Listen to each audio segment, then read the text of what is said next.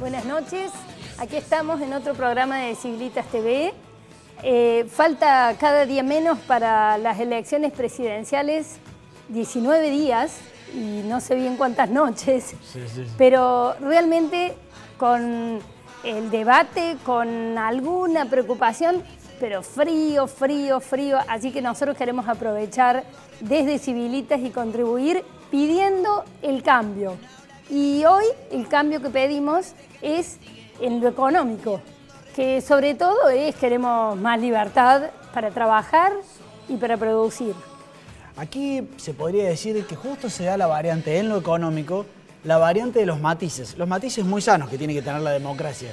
Algunos dicen, no me gusta del kirchnerismo, su forma, sus excesos, su corrupción, pero en el tema económico, otros dicen, no, tenemos que ir a lo del kirchnerismo, pero con una cierta variante de cambio, y otros dicen, tiene que ir a un cambio muy profundo.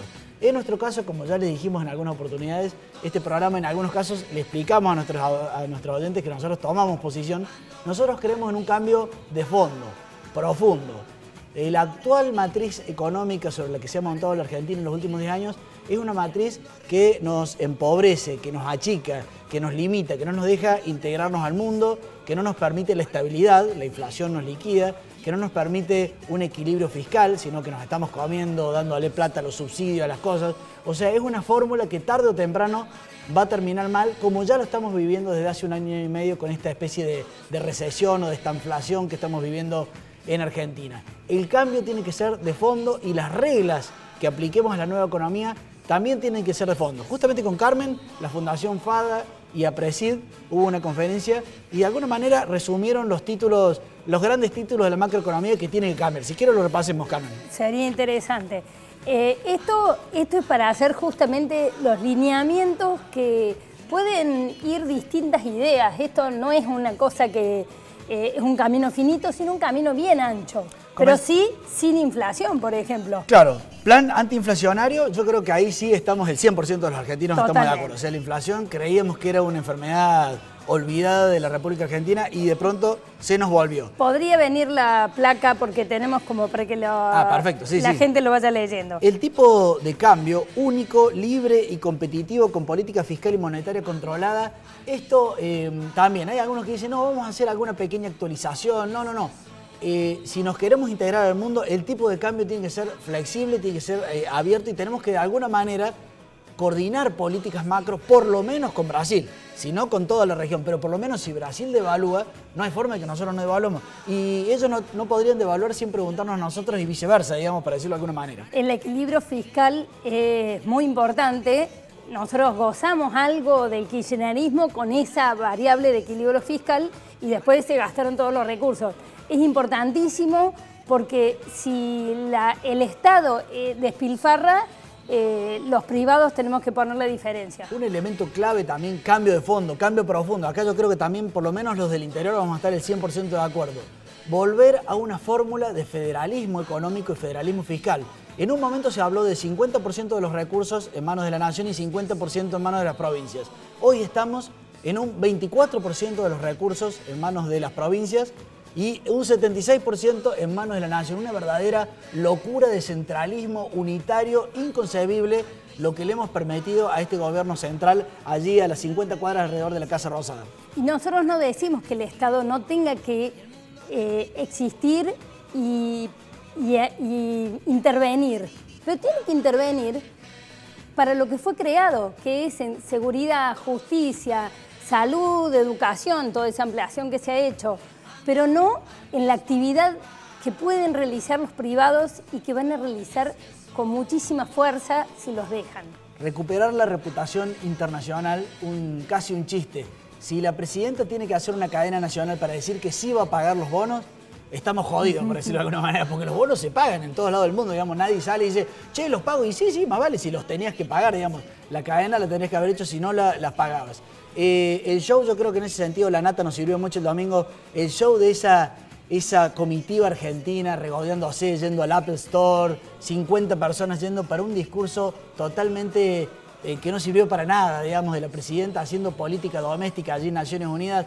Eso no queremos más. Cambio de fondo. ¿Dos más? El Mercosur, que no hay duda, ya el doctor Kessman nos ha dicho, el doctor Kessman que participó escribiendo los lineamientos del Mercosur, dice, ahí tiene una salida Argentina si se aferra a sus pares, pero para aliarse a otros. Ahora la Alianza del Pacífico se ha extendido con Estados Unidos, con Japón.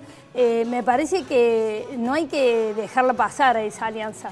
El último punto lo dejamos porque ya nos dicen que se nos está yendo el programa y tenemos una invitada muy especial, Isabel de la Cámara de Industriales Metalúrgicos. Con ella vamos a hablar de la realidad de un sector como es la industria. Muchas veces hemos hablado del campo aquí, del potencial, pero ustedes, vos bien lo sabés, la industria es la que da miles y miles de puestos de trabajo, sobre todo a los sectores urbanos. Si la metal mecánica, por ejemplo, en Córdoba está para abajo, todos estamos para abajo, así que es muy pertinente hablar con ella. Pero antes, un primer video. Un video de Jorge Colinas que nos da 2 alertas y una salida. A verlo. La situación económica está asignada por el tema de la inflación. Es el origen de todos los problemas. Cuando la gente piensa, digamos, a ver qué pasa con el dólar, el problema es la inflación. Es decir, tenemos un tipo de cambio oficial que está, digamos, casi clavado, y cuando los precios internos, debido a la inflación, están creciendo al orden del 25-30% por año. Entonces, eso hace insostenible un dólar a tan bajo valor. En particular, lo que hay que tratar de hacer es digamos, bajar el gasto público, porque lo que está sucediendo es que el Estado emite pesos para financiar un déficit fiscal que es creciente. Hoy ya estamos hablando de orden de casi entre 5 o 6 puntos del PBI de déficit fiscal. Uno dice, el déficit fiscal está en el orden del 5 o 6%. ¿Qué gasto público está en el orden del 5 o 6%? Y bueno, aparecen los subsidios económicos, no los sociales, o sea, el tema de la asignación por hijo, el progresar, eso está aparte.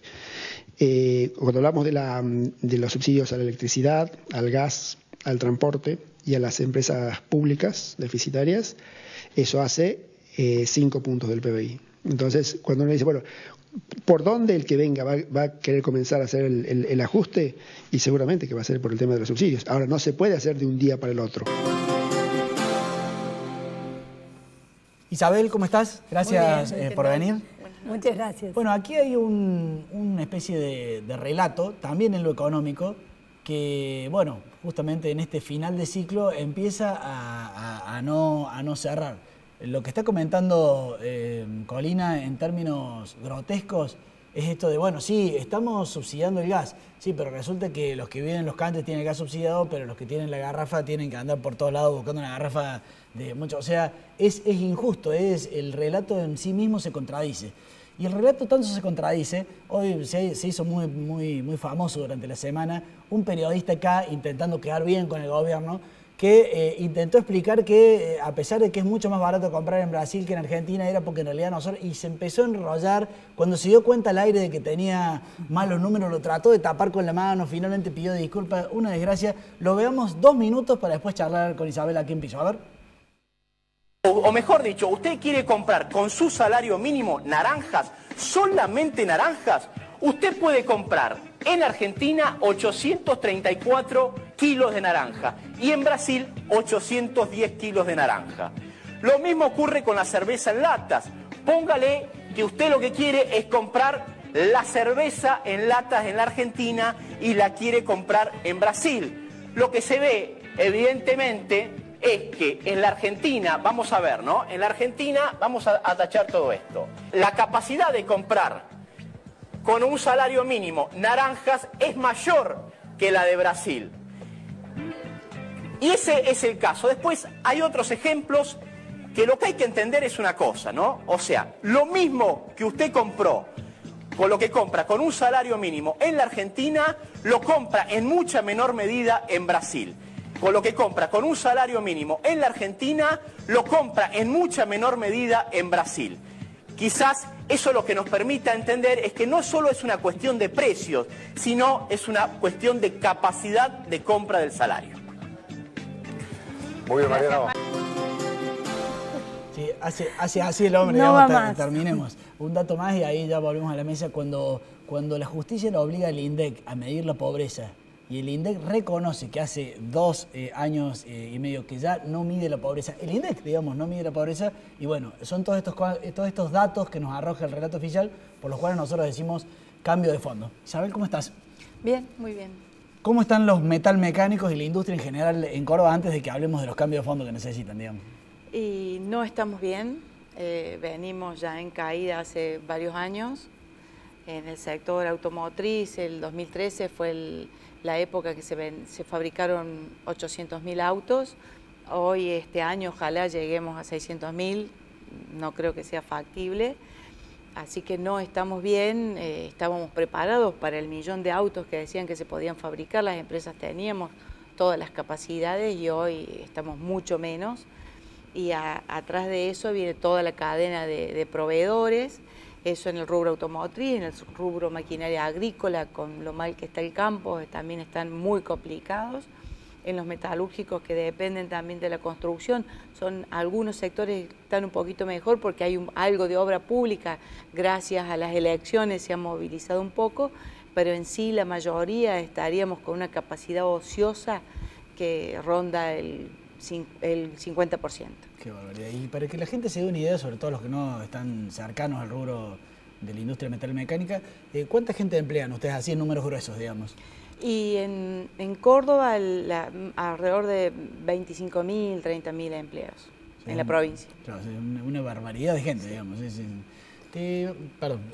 Y como industria metalúrgica, porque siempre simplifican, los empresarios quieren devaluar. Y yo supongo que Brasil y remontar la devaluación de Brasil debe ser muy difícil para ustedes y para sus costos, pero ¿cuáles son las reglas que piden los empresarios metalúrgicos? Ya que tocaste un poco el tema Brasil, en el sector automotriz, en el sector metalúrgico, la mayor parte de las exportaciones van hacia Brasil. Entonces, hoy Brasil está con un problema político, económico, está muy deprimido. Entonces, ¿qué es el lugar donde van nuestras exportaciones? O sea, eso nos arrastra directa proporcionalmente, además de la caída en el mercado interno. Además de la devaluación de Brasil, hace que ellos estén en un año, a esta parte han devaluado el 70%, y tan distintos son a nosotros que están llegando a un 10% o menos de inflación. O sea, no han trasladado esa devaluación al costo. Acá inmediatamente en el 2014 la devaluación a los cabo de 2 o 3 meses ya el efecto desapareció y se fue todo a costos. Hoy somos muy caros para exportar. Ya ni siquiera a los países vecinos, a ningún lado, es muy difícil exportar y ningún país del mundo además tiene una retención a la exportación, que después es muy difícil que nos reintegren. Así que ese sector, el atraso cambiario es un hecho, una realidad, y es algo que hay que corregirlo, y urgentemente, porque esto ya lo vimos en el 2000, antes del 2000, en el 98, 99, cuando devaluó Brasil, Argentina no devaluó, y llegamos hacia el 2001. Pero me parece interesante que vos señalas el problema de Brasil, pero también la inflación. También la inflación, por supuesto, que enseguida se va a costos. Te decía que cuando llegamos al 2000, muchas industrias, y hoy ya lo estamos viendo, hay industrias de Argentina que se están yendo a radicar a Brasil o a Paraguay. Industria que se ha ido de Córdoba no vuelve.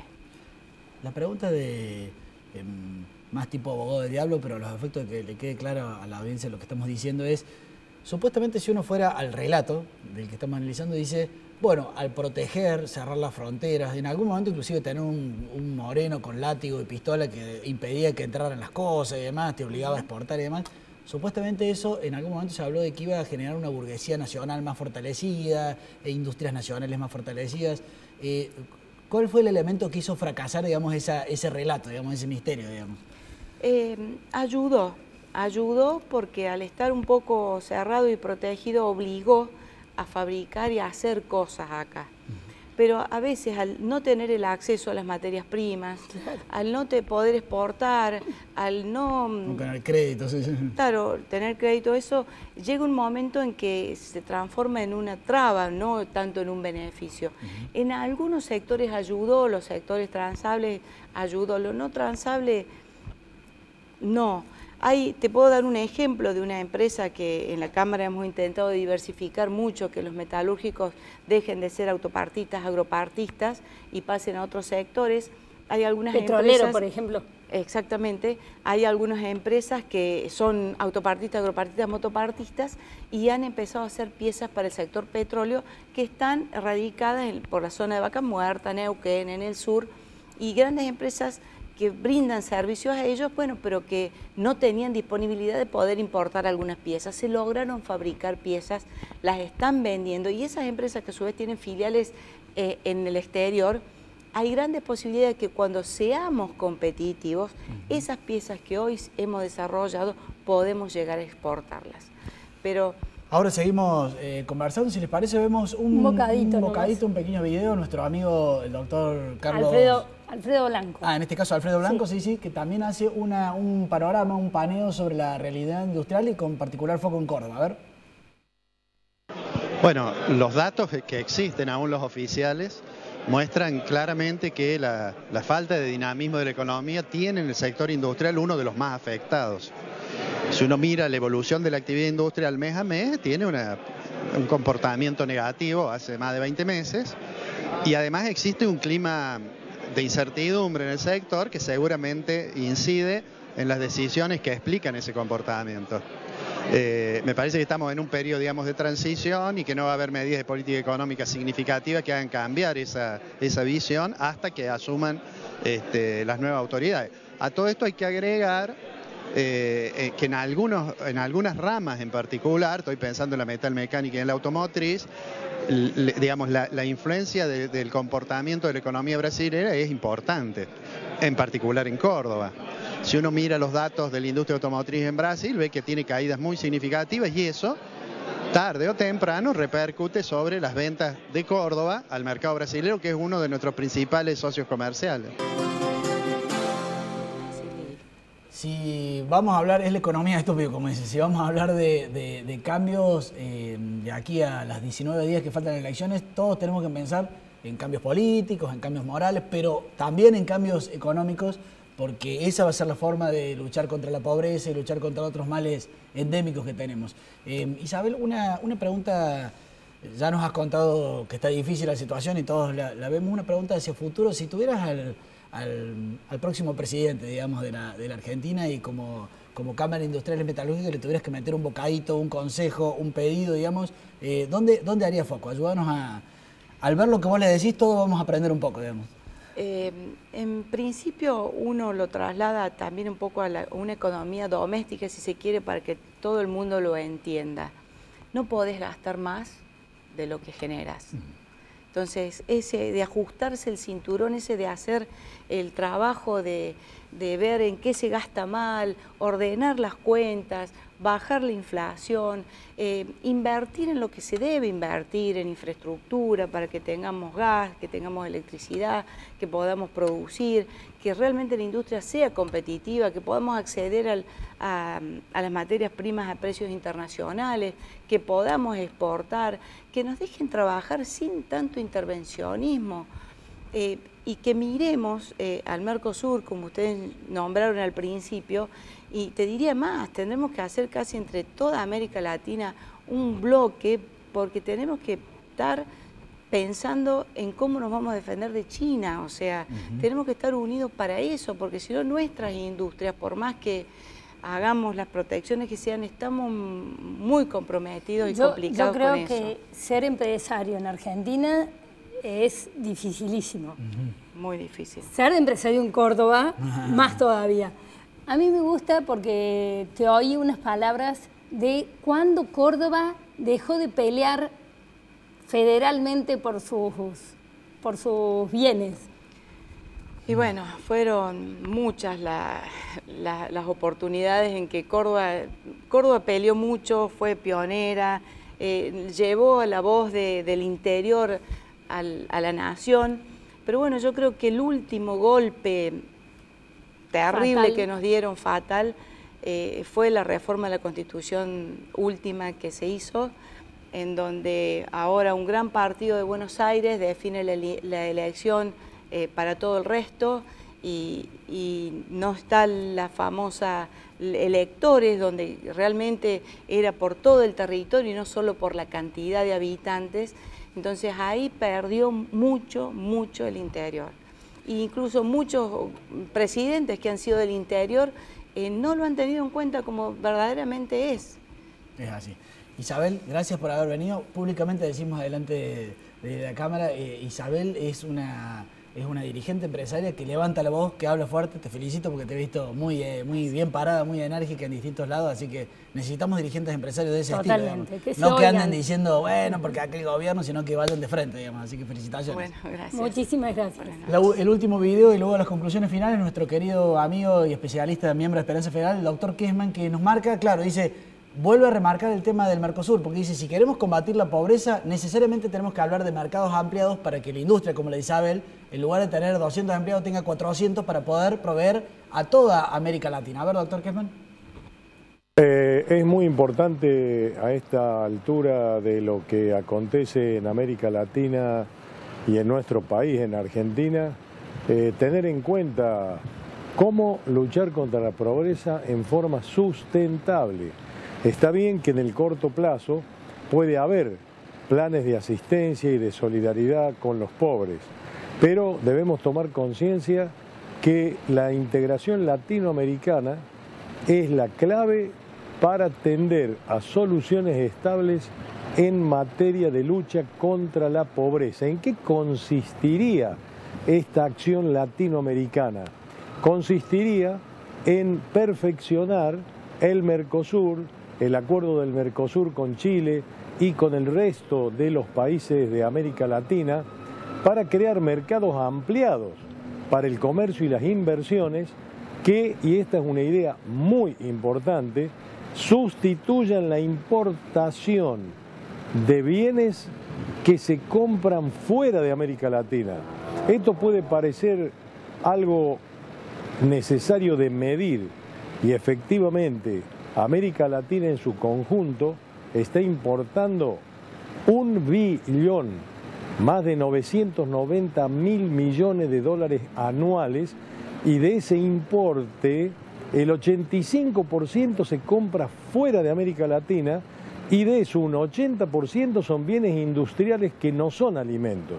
Por consiguiente, la propuesta central que tenemos que tener en cuenta para luchar contra la pobreza es crear actividades industriales en los mercados ampliados de América Latina, no en los países aislados, sino en el marco de la integración latinoamericana, que sean capaces, y esta es otra idea muy importante, de crear puestos de calidad mejor remunerados, que estén por arriba de la canasta básica de la pobreza y lleven a las personas a salir de la indigencia, a salir de los planes asistenciales y del asistencialismo e ir hacia una nueva forma más digna de luchar contra la pobreza por vía del trabajo productivo. Gracias al Consejo de Profesionales de Ciencia Económica, porque este video lo pudimos sacar de allí. Un elemento antes de darle la palabra a Carmen, un pequeño orgullo, pero también una responsabilidad como cordobeses para militar por este cambio de fondo en lo económico.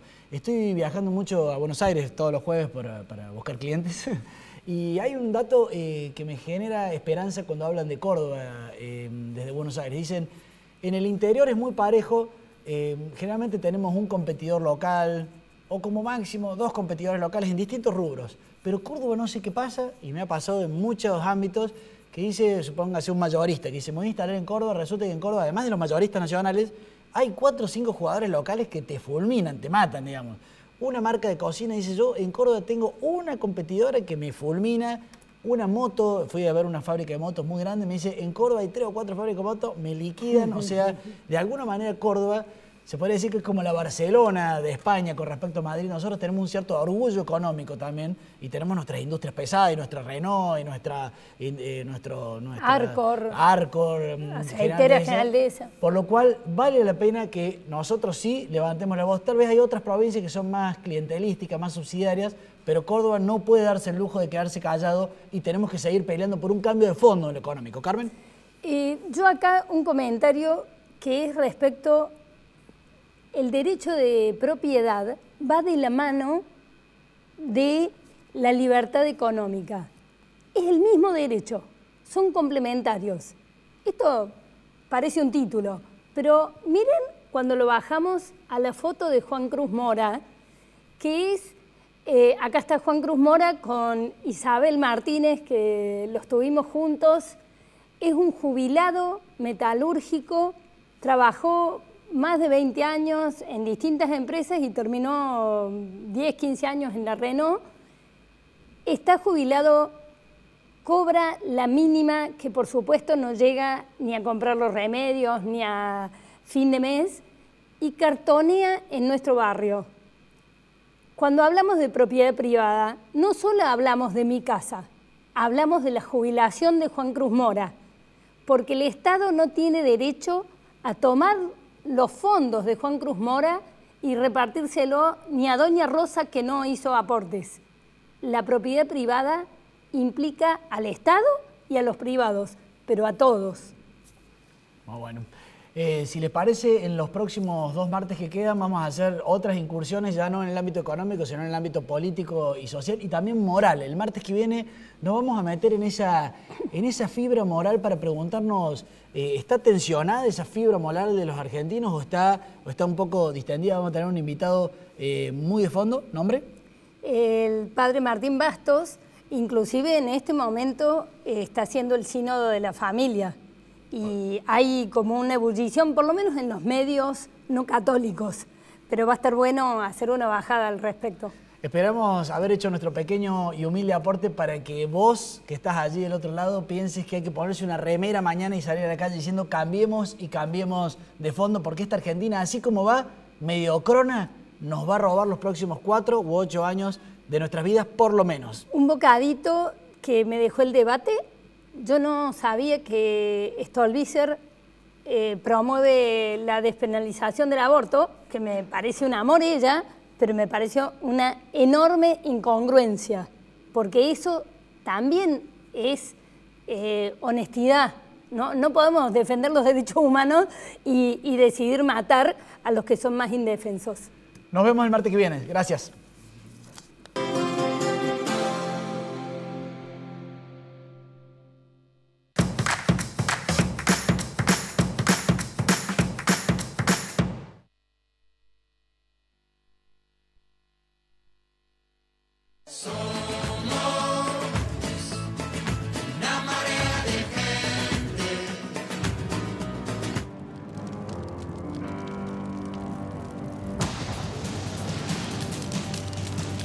Córdoba, por negligencia e intencionalidad, cada año se producen incendios forestales que provocan la muerte de nuestras valiosas especies. Respete la vela de quemas. No haga fuego por ninguna causa. Si observa un fogón encendido, apáguelo con agua. Denuncie cualquier foco de incendio al 0800-888-FUEGO. Que prevenir sea parte de tu naturaleza.